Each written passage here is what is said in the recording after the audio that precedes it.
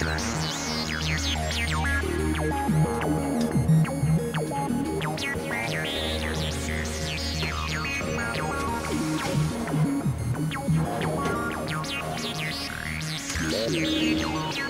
telescope was conceived in the early 60s at the height of the Cold War and the race for space.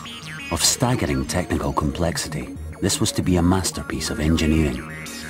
It also had to be bigger and better than anything the Americans had. After almost 15 years' work, it was installed high in the Caucasus Mountains.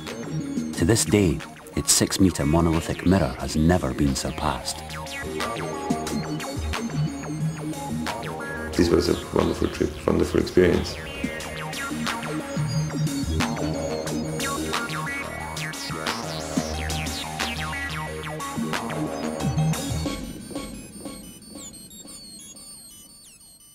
You know, I know the three guys from the very beginning, and I liked them personally. I liked their enthusiasm and their engagement in that story. In a way, they were also kind of young entrepreneurs taking a risk. И мы постепенно заходили в тупик, хотя очень было обидно. Они попробовали сначала один ресурс политический, привезли ко мне посла Австрии. Мы с ним поговорили, наверное, другу понравились, но ситуация продолжалась достаточно так же тяжело. So we went there, ties, suits, and with the official representative of the Austrian state in St. Petersburg, the ambassador, and some delegates from Vienna. Очень толковые ребята, кстати. Они взяли, значит, нескольких депутатов австрийского парламента, еще кого-то, ну, в общем, такая собрали солидную делегацию, приехали в Петербург, но уже пошли не ко мне, а пошли к Владимиру Владимировичу Путину. When we went there, they said to us, "Oh, we are very sorry, but we will meet with the deputy mayor of St. Petersburg. He's also responsible for all the commercial, economical issues." So, Mr. Vladimir Putin was the guy. И вот звонит мне на столе рабочим телефон, и мне говорят, что сейчас с вами будет говорить первый вице-губернатор Владимир Владимирович Путин. Я говорю, хорошо. Он мне говорит, Илья Ильич, я говорю, здравствуйте, Владимир Владимирович, здравствуйте. Что там у вас за проблемы с ломографами? Я говорю, ну, проблема чисто экономическая на самом деле. Но вот они просят, чтобы я провел встречу у себя в кабинете, видимо, чтобы использовать это как последний аргумент. Я говорю, Владимир Ильич, я готов, нет проблем. They still think very much in delegations, which maybe was not only political but also an aesthetic expression of communist time. You couldn't be alone, you were not important being alone. You need a delegation. So we were a serious delegation, and Mr. Klebanov and the people from the Lomo factory arranged a serious delegation to welcome us. And so we were sitting on a very long table with like 25 people to negotiate about I think in terms of this huge factory, about a very unimportant contract. I think we spoke about 1 hour, and Putin let's translate all the things we were said from German to Russia. But I think after half a year after we heard that he's able to speak German. Mr. Putin was very interested in the camera, and I think he really got the point. He understood what that camera meant for the Lomo factory and even for St. Petersburg. So we declared him to be a lomographer. He got a camera, and I don't know, maybe he doesn't know anymore that he's a lomographer. Mr. Putin, after the meeting, when he met Mr. Klebanov at a Congress, went to him and said, "Hey Klebanov, what's going on now with Lomographic Society? I like this idea so much. And I think it's cool for your factory, it's good for the city of St. Petersburg, so you should do the business with them." И, в общем, можно считать, что в некотором смысле Владимир Владимирович может стать крестным отцом ломографии, потому что, в общем, мы в его кабинете умялись. В общем, они в итоге признали, что, да, дешевле, чем она стоит производить, продавать нельзя. А я честно сказал, что мы на этой камере не хотим зарабатывать. Сегодня не хотим. Мы, конечно, будем работать дальше над снижением затрат, и там будем искать свою прибыль. И мы договорились. И вот с этого момента как бы из кабинета Владимира Владимировича пошла ломография.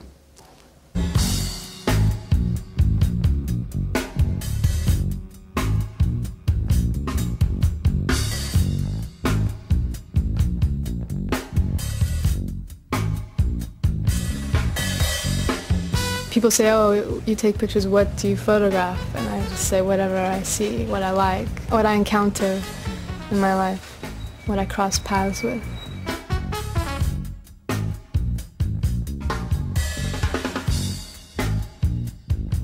I went through a really kind of self-portrait phase, constantly taking pictures of myself, you know, at arm's length.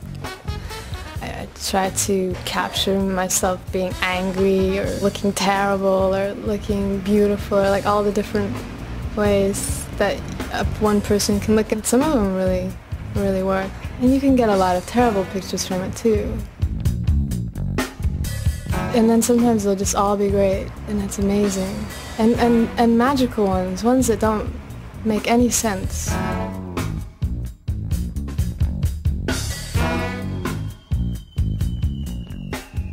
I do this thing sometimes where I have a flash.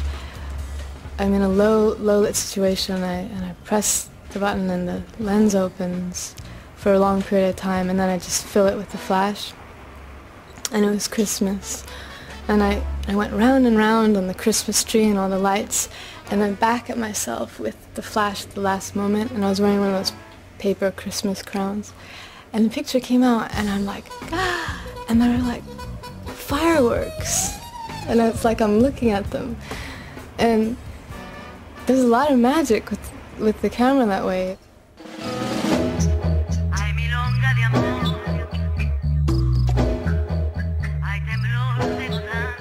We did a project for a band called the Gotan Project, which is a tango band from Argentina. They live in Paris. We actually approached them and said, we would like to do your video. It was a fairly small budget, so we wouldn't earn a lot of money or any money on it, but we decided that we wanted to do that job in a kind of Lomo way. I don't think we could have made that video in the way we did without being Lomographers. There was a sort of mission aspect to doing it, which is that we just wanted to have visuals that we felt would go with the music. We walked around Paris trying to find a location that would allow us to create a kind of tango atmosphere. On the day when we started shooting, we still didn't really know what we were doing. We just wanted to create beautiful imagery, which we then did by using a kind of Lomo eye or a Lomo way of shooting things. And from a friend we had heard that at the Seine every evening in the summer tango dancers would meet and dance the tango.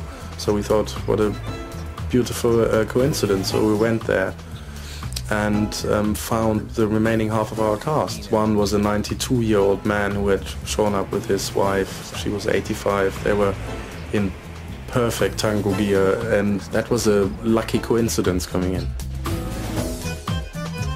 Fabian and myself sat down and wrote a kind of script, which was,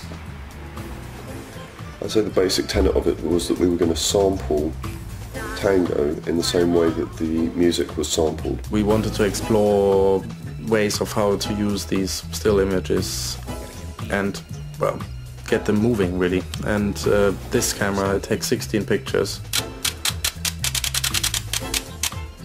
in succession over about 3 seconds, seemed to be kind of ideal to animate.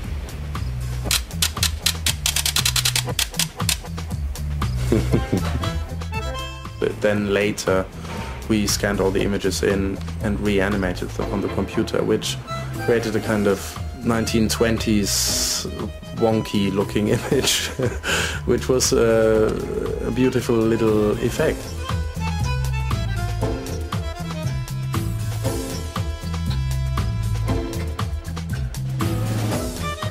Tango is a conversation between two people in the same way that Lomo is a conversation between you and the world. Tango is a rigid set of steps that you learn, and there are definite ways to do tango, but good tango, sexy tango, great tango is about taking those steps and then improvising. We were kind of dancing with them.